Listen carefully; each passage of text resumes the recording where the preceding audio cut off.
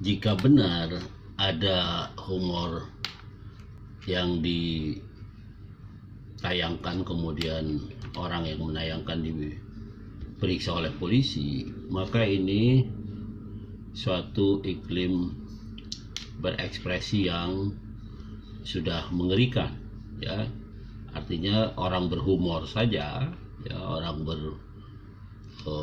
lelucon saja kok sampai berurusan dengan hukum, kan begitu kesannya.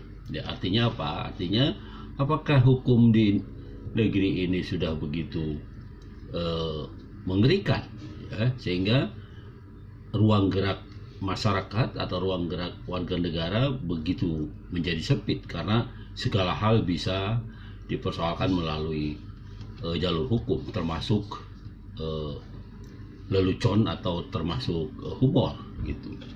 Nah, dalam konteks seseorang mengunggah humor yang dulu pernah dikemukakan oleh Gus Dur, mantan presiden kita, maka sebenarnya yang dipersoalkan itu apa? Kalau yang dipersoalkan kontennya, maka silakan ditanya Gus Durnya, apa maksud humor itu, gitu ya.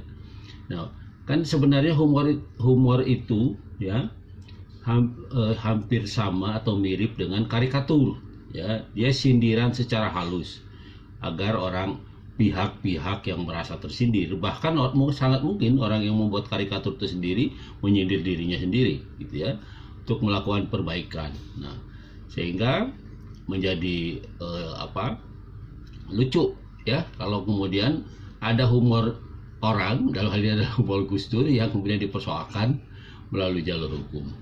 Kasihan Republik ini, ya, terlalu sensitif kalau ada lembaga, umpamanya lembaga kepolisian merasa kemudian merasa tersindir atau merasa dicemarkan nama baiknya dan sebagainya. Nah, itu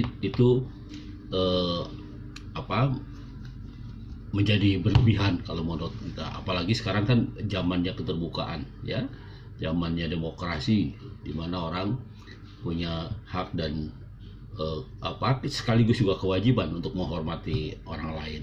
Nah, karena itu seperti saya katakan tadi, sensitivitas itu jangan terlalu lebay, gitu, jangan terlalu berlebihan sehingga melintasi hak-hak yang secara demokratis sebenarnya dijamin oleh konstitusi. Nah, kalau sedikit-sedikit humor atau lelucon atau karikatur bahkan dibawa ke ranah hukum, ya, situasi semacam apa yang akan kita ciptakan di dalam kehidupan bermasyarakat sehari-hari, ya. Padahal, ya, pemilu itu, ya, atau kata politik itu, kata pemilu itu hampir setiap hari kita persoalkan, ya. Bahkan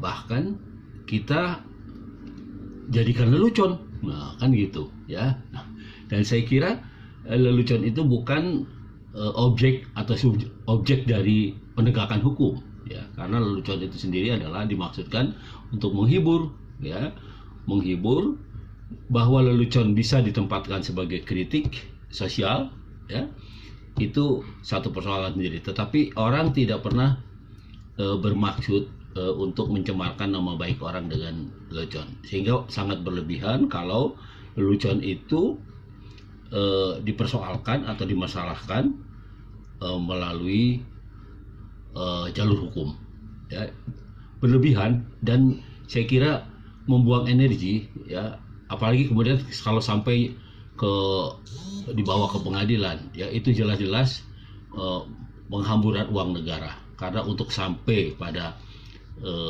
proses penegakan hukum ke pengadilan, berapa uang negara yang dikeluarkan untuk membiayai petugas, untuk membiayai sidang, untuk membiayai penuntutan dan sebagainya. Saya kira sudahlah,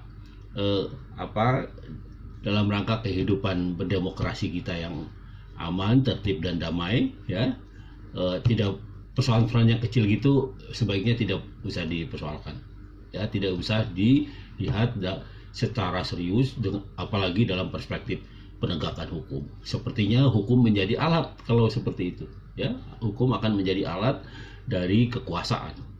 kekuasaan tidak boleh dikritik, tidak boleh dikritisi dan sebagainya. Dan itu adalah indikator dari negara kita mengarah pada negara yang otoriter. Saya kira begitu.